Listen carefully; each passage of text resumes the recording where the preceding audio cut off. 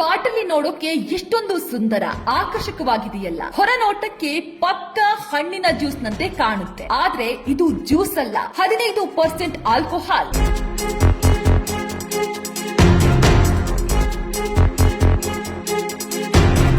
ಹೌದು ಪೋಷಕರೇ, ಹುಷಾರ್. ನಿಮ್ಮ ಮಕ್ಕಳೇನಾದ್ರೂ ಜ್ಯೂಸ್ ಅಂತ ಬಸ್ ಬಾಲ್ಸ್ ಕುಡಿತಾ ಇದ್ರೆ ಎಚ್ಚೆತ್ತುಕೊಳ್ಳಿ, ಯಾಕಂದ್ರೆ ಅದು ಜ್ಯೂಸ್ ಅಲ್ಲ, ಪಕ್ಕಾ ಮದ್ಯ.